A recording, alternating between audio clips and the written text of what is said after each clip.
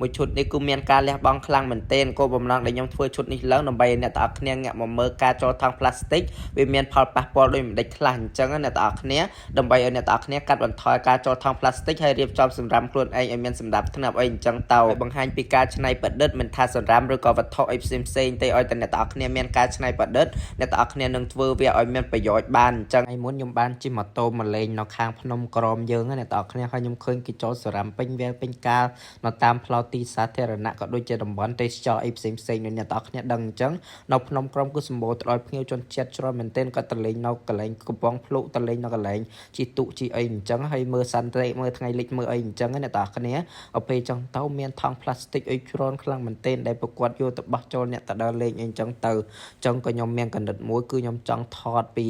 concept ថង់ប្លាស្ទិកដើម្បីឲ្យអ្នកទាំងអស់គ្នាងាកមកមើលការកាត់បន្ថយការប្រើថង់ប្លាស្ទិកអីអញ្ចឹងហើយថង់ប្លាស្ទិកដែលខ្ញុំយកមកថតហ្នឹងខ្ញុំអត់បានទិញថ្មីអីទេអ្នកទាំងអស់គ្នាខ្ញុំរើសអាថង់ដែលកន្លែងកណូសារ៉ាំដែលខ្ញុំត្រូវថតហ្នឹងយកវាមកបកទឹកហើយយកវាមកធ្វើតែម្ដងអ្នកទាំងឲ្យកាត់បន្ថយកុំឲ្យអ្នកទាំងអស់គ្នាប្រើថង់ប្លាស្ទិកច្រើនពេកអីអញ្ចឹងនិយាយទៅអ្នកទាំងអស់គ្នាប្រើក៏ប្រើទៅឲ្យតែចាំបាច់អីអញ្ចឹងប៉ុន្តែសូមទុកដាក់សារ៉ាំខ្លួនឯងឲ្យមានលក្ខណៈថាសម្ដាប់ធ្នាប់អីអញ្ចឹងអ្នកទាំងអស់គ្នាកុំចូលពះវាលពះការពិសេសជាងគេគឺតំបន់ទេសចរអ្នកទាំងអស់គ្នាពេលភ្ញៀវគាត់មកលេងមកអីចឹងយើងខ្មាស់គេអ្នកទាំងអស់គ្នាសារ៉ាំហោះពេញវាលពេញកាលអីចឹងទៅអញ្ចឹងហើយបានខ្ញុំចង់ឲ្យអ្នកទាំងអស់គ្នាថែរក្សាសម្ដាប់ធ្នាប់ទុកដាក់សម្រាមកុំឲ្យពេញវាលអញ្ចឹងអ្នកទាំងអស់គ្នាកុំឲ្យសត្វតសេងអីអញ្ចឹងបើយើងញ៉ាំអីរួចហើយទៅដើរលេងទៅដើរអីហើយយើងអាចយកដាក់ធុងសារ៉ាំអីបានបន្ទាប់ពីខ្ញុំរើសថង់រើសអីនោះមកបានហើយអ្នកទាំងអស់គ្នាខ្ញុំយកទៅបកពេលបកបានហើយគឺខ្ញុំយកវាមកលាងហើយខ្ញុំធ្វើជាឈុតហើយនេះជាឈុតដែលខ្ញុំធ្វើបានអ្នកទាំងអស់គ្នាស្អាតខ្លាំងមែនទែនហើយពេលយើងបកហើយដាក់ color ដាក់អីទៀតទៅគឺថាភ្លឺល្អខ្លាំងមែនទែនបន្ទាប់មកគឺខ្ញុំចាប់ផ្ដើមមក make up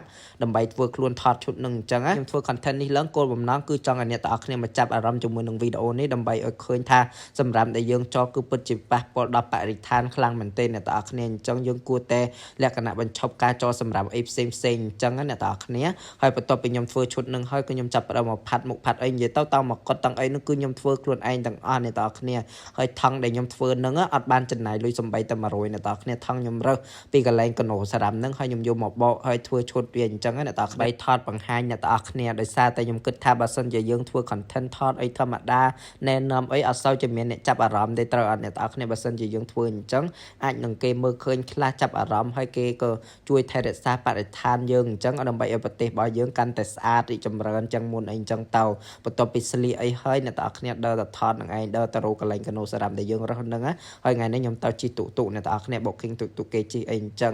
ហើយទៅដល់កន្លែងថតភ្លាមគឺខ្ញុំលាបប្រេងអ្នកទាំងអស់គ្នាដោយសារណាមួយនៅនឹងក្តៅខ្លាំងអ្នកទាំងអស់គ្នាយើងលាបឲ្យវាឃើញអាឡងយើងថតទៅណាមួយបានរូបមកស្អាតដែរអញ្ចឹងទៅការលះបង់បានទាំងរូបស្អាតហើយបានទាំងលក្ខណៈថាការចាប់អារម្មណ៍ពីអ្នកទាំងអស់គ្នាសង្ឃឹមតែអ្នកទាំងអស់គ្នានឹងជួយ share វីដេអូនេះដើម្បីឲ្យអ្នកទាំងអស់គ្នាងាកមកមើលពីការចូលសម្រាមពះវាលពះកាលពេញវាលអីអញ្ចឹងអ្នកទាំងអស់គ្នាហើយឥឡូវគឺខ្ញុំមកដល់កន្លែងកណូសារ៉ាំដែលខ្ញុំរើសនឹងហើយអ្នកទាំងអស់គ្នាហើយខ្ញុំចាប់ផ្ដើមមកថតវីដេអូអីខ្លះដើម្បីបង្ហាញអ្នកទាំងអស់គ្នាអីអញ្ចឹងអ្នកទាំងអស់គ្នាដូចអ្នកទាំងអស់គ្នាឃើញខ្ញុំលេងនៅលើកណូសារ៉ាំអីអញ្ចឹងគុំគិតថាសារ៉ាំនឹងអត់ស្អុយទេអ្នកទាំងអស់គ្នាគ្រាន់តែយើងដើរកាត់ក៏ស្អុយដែរហើយនិយាយទៅប្រឈមនឹងមេរោគឡើងលើខ្លួនយើងច្រើនខ្លាំងមែនទែនមានសម្ោចមានកដោមានអីច្រើនខ្លាំងមែនទែនអ្នកទាំងអស់គ្នាប៉ុន្តែខ្ញុំថតដើម្បីឲ្យបានរូបភាពស្អាតដើម្បីឲ្យអ្នកទាំងអស់គ្នាដឹងថាសម្រាមគឺអាចធ្វើប៉ះពាល់ដល់សុខភាពយើងខ្លាំងមែនទែនអញ្ចឹងការកែច្នៃសម្រាមទៅជារបស់ប្រើប្រាស់អីមួយគឺមានប្រយោជន៍ឲ្យតែយើងធ្វើវាឲ្យមានប្រយោជន៍អញ្ចឹងអ្នកទាំងអស់គ្នាហើយបន្ទាប់ពីខ្ញុំថតនោះសម្ោចខំនឹងពេញខ្លួនអ្នកទាំងអស់គ្នាខ្ញុំក្រោកហើយខ្ញុំដើរទៅរំថតចាប់ឡើងយូរដោយសារយើងថតអត់ងាយត្រូវសម្រាមយើងពិបាករកកន្លែងប្លង់អញ្ចឹងហើយដៃខ្ញុំអីអ្នកទាំងអស់គ្នាឲ្យសម្ោចខំនឹងសោះអស់ហើយឥឡូវយើងថតអីចាប់ឲ្យអ្នកទាំងអស់គ្នាយើងចាប់ផ្ដើមមកមើលវីដេអូដែលយើងថតបានអញ្ចឹងអ្នកទាំងអស់គ្នាការបង្កើត content នេះឡើងខ្ញុំអត់មានបំណងដើម្បីថតដើម្បីប្រម៉ូទចង់ល្បីអីទេអ្នកទាំងអស់គ្នាគ្រាន់តែខ្ញុំចង់ធ្វើអីឲ្យប្លែកឲ្យលក្ខណៈថាសម្រាប់គឺយើងអាចយកមកកែច្នៃអីបានហើយសង្ឃឹមថាអ្នកទាំងអស់គ្នានឹងមើលឃើញពីការចូលសម្រាប់ពីការខូចបរិស្ថានអីផ្សេងអញ្ចឹងហើយដើម្បីឲ្យអ្នកទាំងអស់គ្នាកាត់បន្ថយការប្រើថង់ប្លាស្ទិកដូចជារៀបចំសម្រាប់របស់ខ្លួនឯងឲ្យមានសម្ដាប់ធ្នាប់ហើយដុតចូលអីឲ្យបានល្អអីអញ្ចឹងអ្នកទាំងអស់គ្នាការពារកុំឲ្យប៉ះពាល់បរិស្ថានក៏ដូចជាសម្រាប់ហោះពះវាលពះការពេញវាលអីអញ្ចឹងទៅអ្នកទាំងអស់គ្នាហើយបានខ្ញុំធ្វើ content នេះឡើងដើម្បីអ្នកទាំងអស់គ្នាមានចំណាប់អារម្មណ៍អញ្ចឹងដូចជាឈុតមួយនឹងអញ្ចឹងខ្ញុំកែច្នៃចេញពីសារ៉ាំមែនប៉ុន្តែសារ៉ាំក៏យើងអាចយកទៅធ្វើជាប្រយោជន៍កែច្នៃអីផ្សេងបានដូចឈុតខ្ញុំកំពុងតែលាកនឹងអញ្ចឹងអ្នកទាំងអស់គ្នាខ្ញុំពិតជាសង្ឃឹមខ្លាំងមែនទែនថាអ្នកទាំងអស់គ្នានឹងជួយចែករំលែកវីដេអូនេះឲ្យបានច្រើនដើម្បីឲ្យក្មេងៗជំនាន់ក្រោយក៏ដូចជាអ្នកផ្សេងយល់ដឹងពីការប៉ះពាល់បរិស្ថានក៏ដូច ដូចជាយល់ដឹងពីការកែច្នៃអីផ្សេងៗឲ្យចេញជាប្រយោជន៍អីចឹងណាអ្នកទាំងគ្នាព្រោះពេលខ្លះរបស់ខ្លះយើងមើលទៅដូចជាអត់មានតម្លៃប៉ុន្តែឲ្យតែយើងចេះមានគំនិតកែច្នៃវាចេញមកឲ្យមានតម្លៃគឺវាមានតម្លៃចឹងណាអ្នកទាំងគ្នាដូចសម្រាប់មួយឈុតហ្នឹងគឺខ្ញុំកែច្នៃចេញជាឈុតមួយដ៏ស្រស់ស្អាតនិយាយទៅមើលទៅគឺតាក់ទាញខ្លាំងមែនទែនហើយអរគុណខ្លាំងមែនទែនសម្រាប់ការទស្សនាវីដេអូនេះដល់ចប់សង្ឃឹមទៅជួបគ្នាជាមួយនឹងអ្នកទាំងគ្នាក្នុងវីដេអូក្រោយបន្តទៀតអរគុណ